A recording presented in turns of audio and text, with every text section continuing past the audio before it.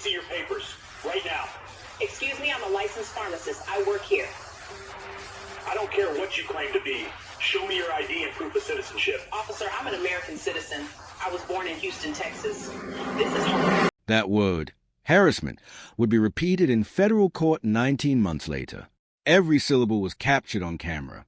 Officer Marcus Webb believed he was doing his job.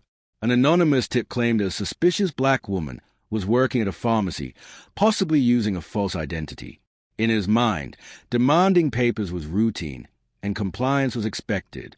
But when he walked into Hayes' pharmacy that Wednesday afternoon and demanded documents from the woman behind the counter, he made a decision that would end his career and cost the city of Phoenix $18.2 million. Dr. Tamara Hayes knew exactly what was happening, and when she refused the unlawful demand, Webb made a series of choices, all recorded by 5 different cameras. Before we continue, comment where you're watching from. If this is your first time here, hit subscribe. Stories like this must be shared. Dr. Tamara Hayes was 38 years old, a doctor of pharmacy, and a Howard University graduate. She had owned Hayes Pharmacy for 8 years and had received the Community Health Champion Award from the Arizona Board of Pharmacy for providing free medication counseling to over 200 low-income patients every month. That Wednesday afternoon, she was doing what she had done thousands of times before, consulting with 67-year-old retired nurse Patricia Johnson about her heart medication. Her PharmD degree and DEA registration were clearly displayed on the wall behind her.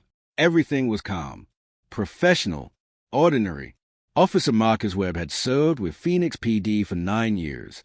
He had been named in 6 civilian complaints alleging racial profiling. None resulted in discipline. At 2:47 p.m., Webb received a call. Anonymous complaint. No evidence. No details. Just a black woman working that seemed suspicious. He didn't verify the tip. He didn't check business records. He didn't call the pharmacy. Instead, he grabbed Officer Nina Ortiz and went straight there. Both officers activated their body cameras. By 3:15 p.m., they entered the pharmacy. 3 CCTV cameras were already recording.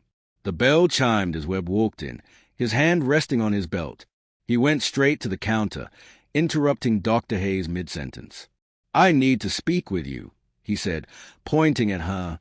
Dr. Hayes finished assisting her customer and calmly turned to him. "How can I help you, officer?" Webb stepped closer.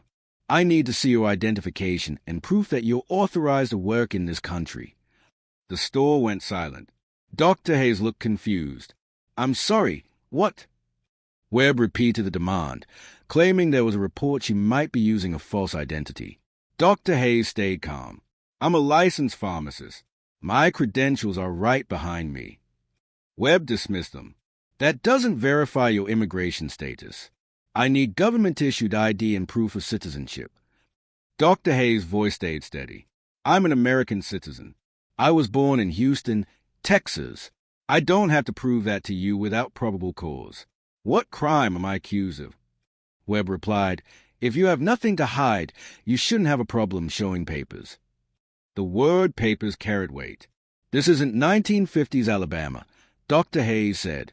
"The Fourth Amendment protects me from this." Behind Webb, Officer Ortiz shifted uncomfortably. She knew the law. She quietly warned him they lacked reasonable suspicion. Webb ignored her. "Cooperate," he said, "or we'll do this the hard way." Dr. Hayes raised her voice slightly. "This is racial profiling.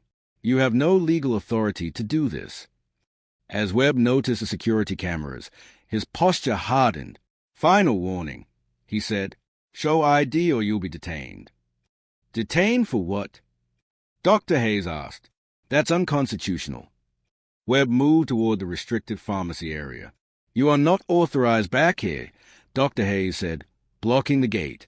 "No warrant, no consent, no exigent circumstances." Webb forced the gate open.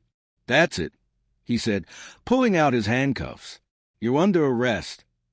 "For what?" Dr. Hayes demanded. "For asserting my constitutional rights." He handcuffed her as customers stood frozen in shock. One recorded. Another cried. Webb ordered Ortiz to search her bag. Inside were exactly what Dr. Hayes said would be there: a Texas driver's license, a U.S. passport card, DEA registration, everything proving she was an American citizen. "She's American," Ortiz said quietly. Webb hesitated, then said, "Process her anyway." Dr. Hayes was walked out in handcuffs, still wearing her white pharmacist coat. The timestamp read 3:24 p.m. In the parking lot, under 107 degrees, Webb shoved her into the patrol car. Dr. Hayes looked directly into the camera.